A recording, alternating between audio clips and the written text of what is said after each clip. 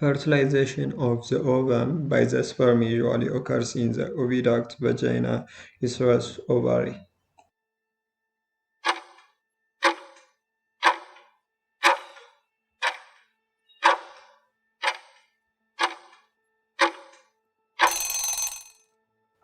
ጥያቄ 1 የእንቁላል ከስፐርም ጋር መራባት ወይም ፈርቲላይዜሽን በአብዛኛው የትኛው የሰውነት ክፍል ውስጥ ይከናወናል ብሎ ይጠይቀናል። ስለዚህ ትክክለኛው መልስ ኦቪዳክት ወይም የማህፀን ቱቦ ነው ማለት ነው።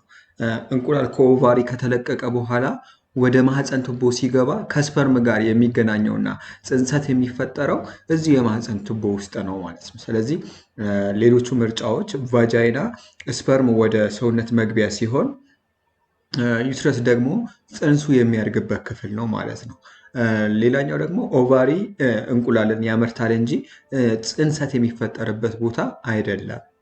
The number of mature gametes resulting from meiosis in the female is 1, 2, 3, 4.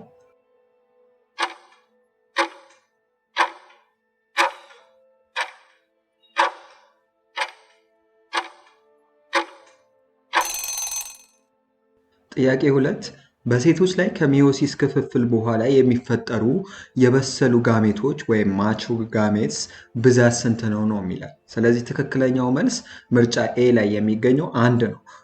በሴቶች በሚዮሲስ ሂደት አንድ ዋና ኦሲስ ተከፍሎ አንድ የበሰለ እንቁላል ወይም ኦቪየም እና 3 ትናንሽ ተግባር የሌላቸው ፖላር ቦዲዎችን ይፈጥራል ማለት ነው። ይህ የሚሆነው እንቁላሉ ለጽንሱ የመጀመሪያ እድገት በቂ ሳይቶፕላዝም እንዲኖረው ለማድረግ ነው ማለት ነው።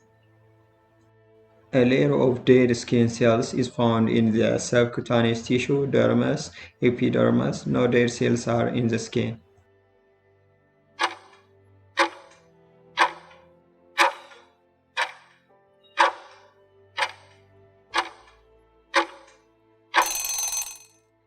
የሞቱ የቆዳ ሴሎች ንብርብር የሚገኘው የትኛው የቆዳ ክፍል ላይ ነው የሚለን። ስለዚህ ትክክለኛው መልስ ኢፒደርመስ ወይም የላይኛው የቆዳ ክፍል ላይ ነው ማለት ነው። ኢፒደርመስ የቆዳችን የላይኛው ክፍል ሲሆን የሞቱ የቆዳ ሴሎች በላዩ ላይ ይገኛሉ ማለት ነው። እነዚህ ሴሎች ቆዳን ከአካባቢ ጉዳት፣ ከበሽታ አምጪ ተዋሲያን እና ከእርጥበት መጥፋት ይከላከላሉ ማለት ነው። Bacteriophages are bacteria precursors, viruses, agents which cause the production of bacteria.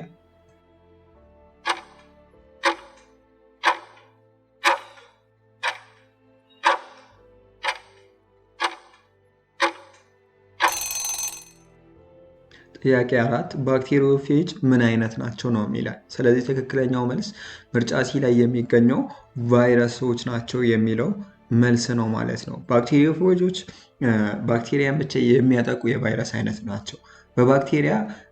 በባክቴሪያ ሴሎች ላይ ተጣብቀው የራሳቸውን ዘረመል በማስገባት የባክቴሪያውን የሴል አካላት ተጠቅመው ራሳቸውን ያባዛሉ። On the image, which letter represents the objective?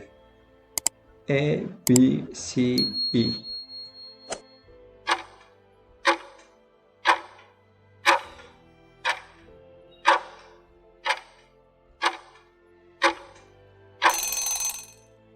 ጥያቄ 5 በምስሉ ላይ የትኛው ፊደል ነው ኦብጀክቲቭ ሌንስን ወይም ኦብጀክቲቭ የሚያመለክተው ነው የሚለን። ትክክለኛው መልስ ምርጫ ቢ ላይ የሚገኘው ሌተር ቢ ነው ማለት ነው። ኦብጀክቲቭ ሌንስ ናሙናውን የሚያጎላው የማይክሮስኮፕ ክፍል ነው። እንዲሁም ደግሞ የተለያዩ ኦብጀክቲቭ ሌንሶች የተለያዩ የማጉላት አቅም ስላላቸው የናሙናውን ጥቃቅን ዝርዝሮች ለማየት ያስችሉናል ማለት ነው። ዲቴል ነገር ማየት እንችላለን ማለት ነው። On the image, which letter represents the course adjustment ነው? B, C, D, E.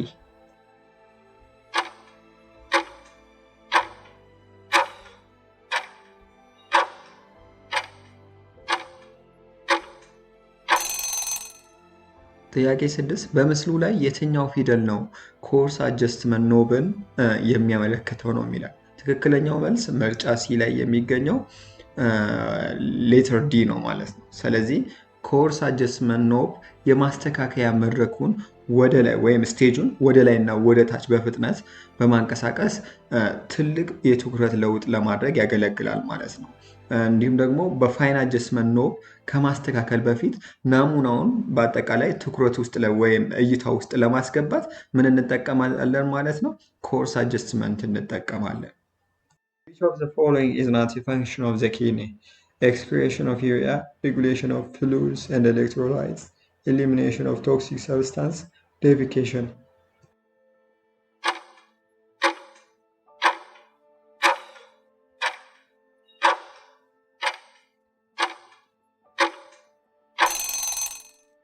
ጥያቄ 7 ከሚከተሉት ውስጥ የኩላሊት ተግባር ያልሆነው የትኛው ነው የሚለን? መልሱ ትክክለኛው መልስ ምርጫ ዲ ላይ ዴፊኬሽን ወይም ሰገራ ማስወገድ ነው የሚሆነው ማለት ነው። የኩላሊት ዋና ተግባራት ደምን ማጣራት፣ ቆሻሻዎችን ማስወገድ እና የፈሳሽና የኤሌክትሮላይትን ሚዛንን መጠበቅ ናቸው ማለት ነው። ሰገራ ማስወገድ ግን በዋናነት በአንጀት የሚከናወን የምግብ መፈጨት ስርዓት አካል ነው ማለት ነው። Digestion of carbohydrates begin where? Small intestine, colon, mouth, stomach.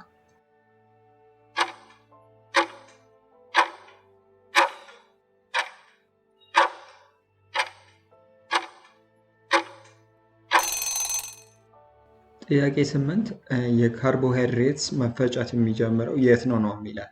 ትክክለኛው መልስ ምርጫ ሲ ላይ ማውዝ ወይም አፍ ነው ማለት ነው። ካርቦሃይድሬቶች መፈጨት የሚጀምሩት በአፉ ውስጥ ነው። ምግብ በሚታኘክበት ጊዜ ሳሊቨሪ አሚሌዝ የተባለው ኢንዛይም ውስብስብ ካርቦሃይድሬቶችን ወደ ቀላል ስኳርነት መለወጥ ይጀምራል ማለት ነው። Bile has what function in digestion? Emulsify lipids, digest proteins, gluconeogenesis, digest carbohydrates.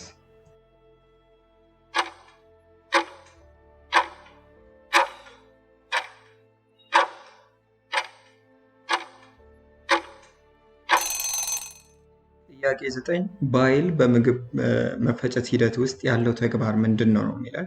ትክክለኛው መልስ ኢሚዩልሲፋይ ሊፒድስ የሚለው ምርጫ ኤ ላይ የሚገኘው ነው ማለት ነው። ቅባቶችን ማሟሟት ማለት ነው። ስለዚህ ባይል በጉበት የሚመረትና በሐሞት ከረጢት ውስጥ የሚከማች የምግብ መፍጫ ፈሳሽ ነው ማለት ነው። ስለዚህ ዋና ተግባሩ ደግሞ ቅባቶችን ወደ ትናንሽ ጠብታዎች በመከፋፈል ኢንዛይሞች በቀላሉ እንዲያገኟቸውና እንዲፈጩ ማድረግ ነው። Of the following which is a basic need of all living things? Oxygen gas, light, hydrogen gas, water.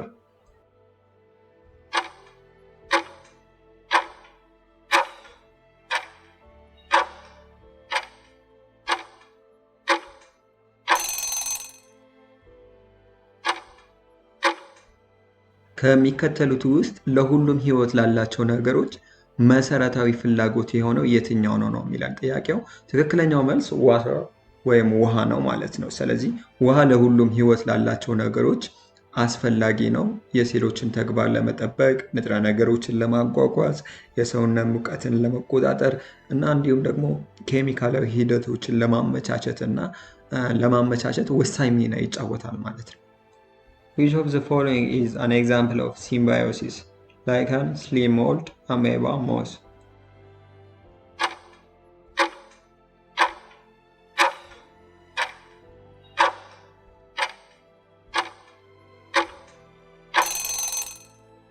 ጥያቄ 11 ከሚከተሉት ውስጥ የሲምባዮሲስ ምሳሌ የሆነው የትኛው ነው? ትክክለኛው መልስ ምርጫ ኤ ላይ የሚገኘው ላይከን ነው ማለት ነው። ላይከን በፈንገስ እና በአልጌ ወይም ሳይኖባክቴሪያ መካከል የሚኖር የጋራ ተጠቃሚነት ወይም ሚቹዋሊዝም ግንኙነት ሲሆን የሲምባዮሲስ ዋና ምሳሌ ነው ማለት ነው። ከሱ ጋር ተያይዞ ፈንገሱ የአካል ድጋፍና ጥበቃ ሲሰጠው፣ አልጌው ደግሞ በፎቶሲንቴሲስ አማካኝነት ምግብ ያመርታል ማለት ነው።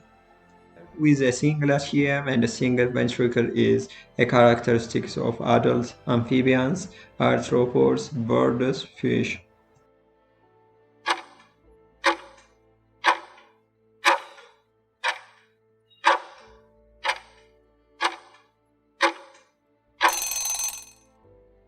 አንድ አሲሊየም እና አንድ ቬንትሪክል ብቻ ያለው የማን መለያ ባህሪ ነው የሚለን ጥያቄው። ትክክለኛው መልስ ደግሞ ፊሽ ወይም አሳ ነው ማለት ነው። አዋቂ አሳዎች ወይም ደግሞ ጠንከር ያሉ አሳዎች አንድ አቲሊየም እና አንድ ቬንትሪክል ያለው ባለ 2 ክፍል ልብ አላቸው ማለት ነው። በመሆኑም ደም ከአቲሊየም ወደ ቬንትሪክል በመፍሰስ ወደ ጉሮሮ ይሄዳል። ይህም ነጠላ የደም ዝውውር ይባላል ማለት ነው። The complex of sugar polymers and proteins, which are partially distributed on the plasma membranes of animal cells, is called cellulose, chitin, glycocalyx, cytoskeleton.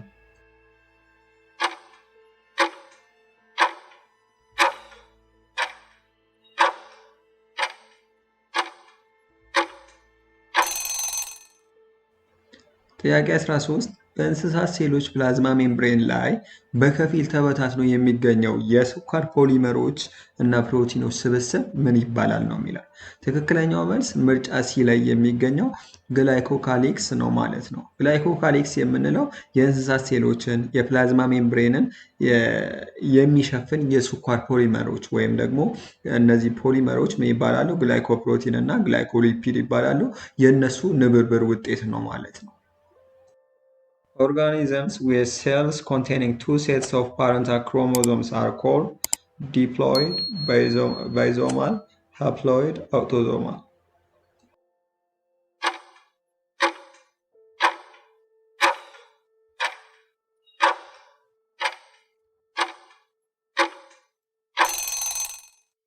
ጥያቄ 14 ከወላጆቻቸው 2 የክሮሞዞም ስብስቦችን የያዙ ሴሎች ያላቸው ህይወቶች ምን ይባላሉ ነው የሚለን። ትክክለኛው መልስ ምርጫ ኤ ላይ የሚገኘው ዲፕሎይድ የሚለው ይሆናል ማለት ነው። ዲፕሎይድ ህይወቶች ከእያንዳንዱ ወላጅ የወረሱት 2 የክሮሞዞም ስብስብ ያላቸው ሴሎች አሏቸው ማለት ነው። ይህ በአብዛኞቹ እንስሳትና ብዙ እጽዋት ላይ የሚታይ የተለመደ የክሮሞዞም አደረጃጀት ነው ማለት ነው ዲፕሎይድ የምንለው። For which of the following creatures is has the greatest percentage of body weight? Termite, blue whale, zebra, female lion.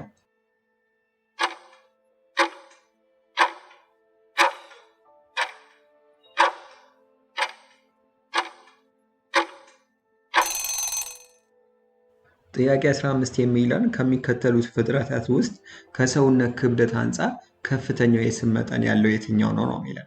ትክክለኛው መልስ ምርጫ ቢ ብሉ ዌል ወይም ሰማያዊ አሳ ነባሪ ነው የሚሆነው። ሰማያዊ አሳ ነባሪዎች ከፍተኛ የስብ ክምችት ወይም ብላበር አላቸው። ይህም ከሰውነታቸው ክብደት ከ35 እስከ 50% ሊደርስ ይችላል ማለት ነው። ይህ ስብ ለቅዝቃዜ መከላከያ፣ ለኃይል ክምችትና በውሃ ላይ ለመንሳፈፍ ያገለግላቸዋል ማለት ነው። Which of the following is not a characteristic shared by most of the members of the kingdom Plantae? They are multicellular, they are non-motile, they possess bilateral symmetry, there is an alternation of haploid and diploid generations.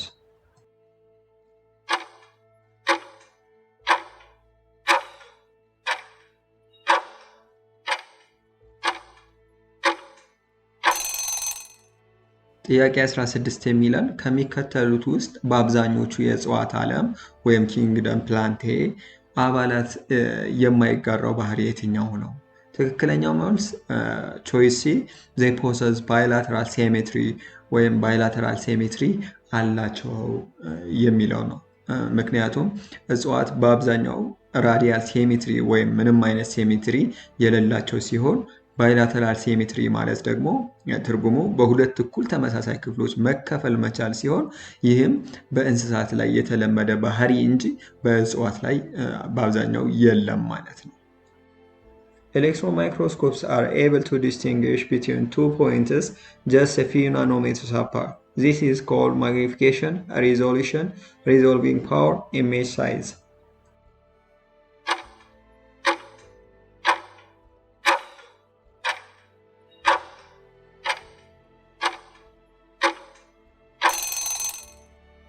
ጥያቄ 17 የኤሌክትሮን ማይክሮስኮፖች በጣም የተቀራረቡ ሁለት ነጥቦችን በጥቂት ናኖሜትሮች ልኬት መለየት ይችላሉ።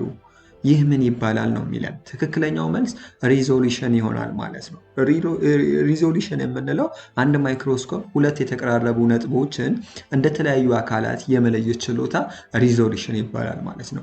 የኤሌክትሮን ማይክሮስኮፖች በጣም ከፍተኛ ሪዞሉሽን ስላላቸው በናኖሜትር ደረጃ ወይም ደግሞ 10⁻⁹ ላይ ያሉ ጥቃቅን ነገሮችን ለማየት ያስችላሉ ማለት ነው። The food producer within the plant cell uses energy from the sun and converts carbon dioxide and water into sugars. This subcellular structure is called the vacuole, mitochondria, chloroplast, nucleus.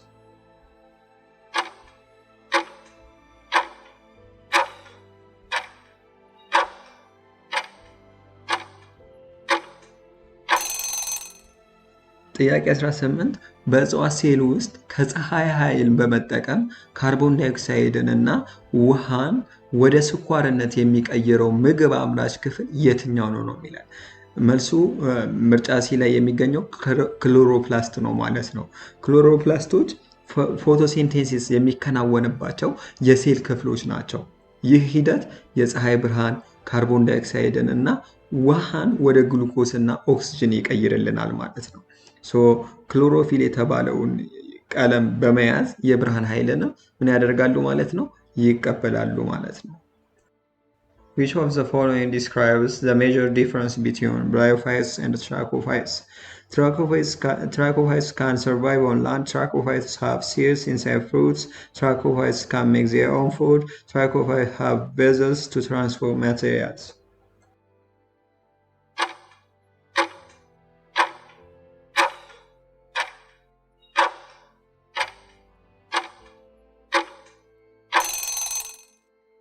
ጥያቄ 19 በብራዮፋይትስ እና በትራኮፋይተስ መካከል ያለውን ዋነኛ ልዩነት የሚገልጸው የትኛው ነው የሚለው። ትክክለኛው መልስ ቾይስ ዲ ትራኮፋይተስ ሃቭ ቬዘልስ ቱ ትራንስፖርት ማቴሪያልስ ነው የሚሆነው ማለት ነው። ትራኮፋይተስ ንጥረ ነገሮችን የሚያጓጉዙ ቱቦዎች አላቸው የሚለው ነው መልሱ። ትራኮፋይተስ ወይም ቫስኩላር እጽዋት ይባላሉ አብዛኛው ጊዜ ወይም ቫስኩላር ፕላንት ውሃን፣ ንጥረ ነገሮችን እና ስኳርን በብቃት የሚያጓጉዙ ዛይለም እና ፎሊየም የተባሉ ቱቦዎች አሏቸው። ብራዮፋይትስ ግን ወይም ቫስኩላር ያልሆኑ እጽዋት ነን ቫስኩላር ፕላንት ይባላሉ። እነዚህ ብራዮፋይትስ የሚባሉ ግን እነዚህ ቱቦዎች የላቸውም ማለት ነው። ምን አይነት ቱቦዎች? ዛይለም እና ፎሊየም የተባሉ ቱቦዎች የላቸውም ማለት ነው። When a colorblind man marries a woman pure for normal color vision, it is possible that one of the following situations may result. Is it probable that all the children will be colorblind, or the grandchildren will be colorblind, only the sons will be colorblind, half the grandsons will be colorblind?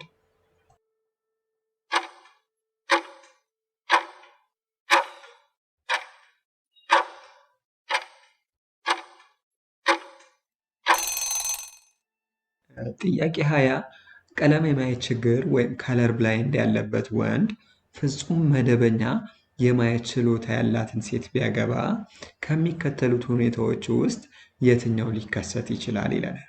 ትክክለኛው መልስ ኦፕሽን ዲ ሃቭ ዘ ግራንድሰንስ ዊል ቢ ከለር ብላይንድ ወይም ደግሞ ከወንድ የልጅ ልጆች ግማሾቹ ቀለም የማየት ችግር ይኖራቸዋል ነው። ይህ የሆነበት ምክንያት ቀለም የማየት ችግር በአብዛኛው በኤክስ ክሮሞዞም ላይ የሚገኝ ሪሲሲቭ ጀን ነው። ስለዚህ አባትየው ላይ የሚገኘው አባትየው ኤክስ ዋይ ክሮሞዞም ነው ያለው አይደል? ስለዚህ ኤክስ ዋይ ላይ ነው የምትገኘው እቺ ምን ከለር ብላይንድነሷ ማለት ነው። ስለዚህ እናትየዋ ኤክስ ነው። ልጅ ሲወልዱ ምንድን ነው የሚሆነው? ከአባትየው ኤክስ ይወሰዳል፣ ከእናትየው ኤክስ ይወሰዳል። ምን ሊፈጠር ይችላል? ኤክስ ወይም ሴት ልጅ ማለት ነው። አንድ ቻንስ ሴት ልጅ ኤክስ ይፈጠራል። በዚህ ምክንያት ሴት ልጆቻቸው ምን ይሆናሉ ማለት ነው? ተሸካሚ ይሆናሉ። ነገር ግን አባትየው ላይ ዋይ ክሮሞዞም ሲሰጥ እናቱ ደግሞ ኤክስ ስትሰጥ ምን ይፈጠራል? ኤክስ ዋይ ክሮሞዞም ይፈጠርና ወንድ ልጅ ይፈጠራል ማለት ነው። በዚህ ጊዜ ምን ይሆናል? ወንዶች ልጆቹ ጤነኛ ይሆናሉ። ይህ የሆነበት ምክንያት ምንድን ነው? ቀለም የማየት ችግር በአብዛኛው በምን ክሮሞዞም ላይ ብቻ ስለሚገኝ በኤክስ ክሮሞዞም ላይ ብቻ ስለሚገኝ ማለት ነው። ስለዚህ እነዚህን ጅኖች የሚወለዱ ልጆች ተሸካሚ ወይም ሪሲሲቭ ሆነው ይሸከሙታል ማለት ነው ሴት ልጆቹ። ስለዚህ እነዚህ ሴት ልጆች ሲወልዱ ምን ይፈጠራል ማለት ነው? ወንድ ልጆቻቸው መካከል ግማሾቹ ቀለም የማየት ችግር ይኖርባቸዋል ማለት ነው። In which of the following acids is glucose broken down in the first stage of carbohydrate metabolism? Is it pyruvic acid, lactic acid, hydrochloric acid, citric acid?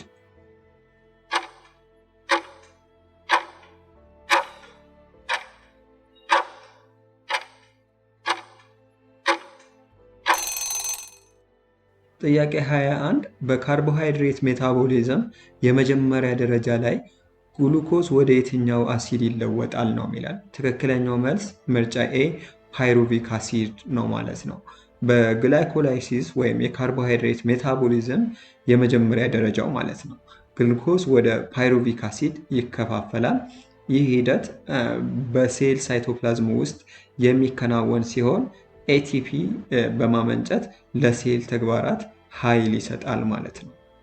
An individual with 3 X chromosomes is likely to be a clinically normal female, an abnormal female, a Turner's individual, a Klinefelter's individual.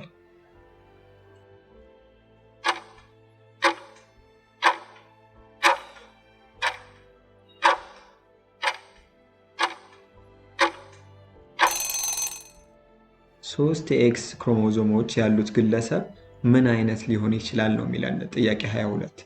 ትክክለኛው መልስ አን አብኖርማል ፊሜል ወይም ያልተለመደች ሴት። ይህ የሚሆንበት ምክንያት ሶስት የኤክስ ክሮሞዞሞች መኖር ትሪፕል ኤክስ ሲንድረም በመባል የሚታወቅ የዘረመል ሁኔታ ነው። አንዳንድ የተጠቁ ግለሰቦች በመደበኛነት ሊታዩ ቢችሉም ሌሎች መጠነኛ የአካል ልዩነቶች፣ የመማር ችግሮች እና ለተወሰኑ የጤና ሁኔታዎች የመጋለጥ እድላቸው ከፍ ሊል ይችላል ማለት ነው። In the first stage of photosynthesis, light energy is used to move water molecules. The nature chlorophyll, spill water, produce carbohydrates.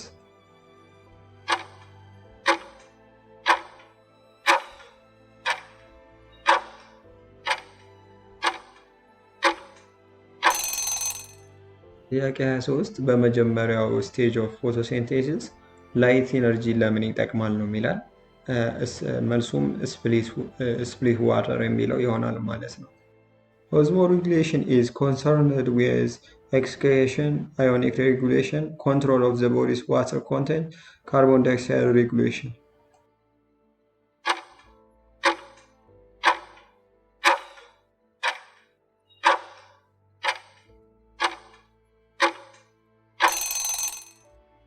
ጥያቄ 24 ኦስሞ ሬጉሌሽን ከምን ጋር የተያያዘ ነው ይለናል። ትክክለኛው መልስ ምርጫ ሲ ኮንትሮል ኦፍ ዚ ቦዲስ ዋተር ኮንቴንት ወይም የሰውነት የውሃ ይዘትን መቆጣጠር ነው። ስለዚህ ኦስሞ ሬጉሌሽን ህይወት ያላቸው ነገሮች የሆሞስታሲስን ወይም የሰውነት ውስጣዊ ሚዛንን ለመጠበቅ የውሃ ሚዛናቸውን የሚቆጣጠሩበት ሂደት ነው ማለት ነው ኦስሞ ሬጉሌሽን የምንለው። ስለዚህ ሌሎች የሰውነት ክፍሎች ትክክለኛውን የውሃና የኤሌክትሮላይት መጠን እንዲያገኙ ያደርግልናል። Which of the following diseases has been eradicated from the world? Cholera, smallpox, diphtheria, poliomyelitis.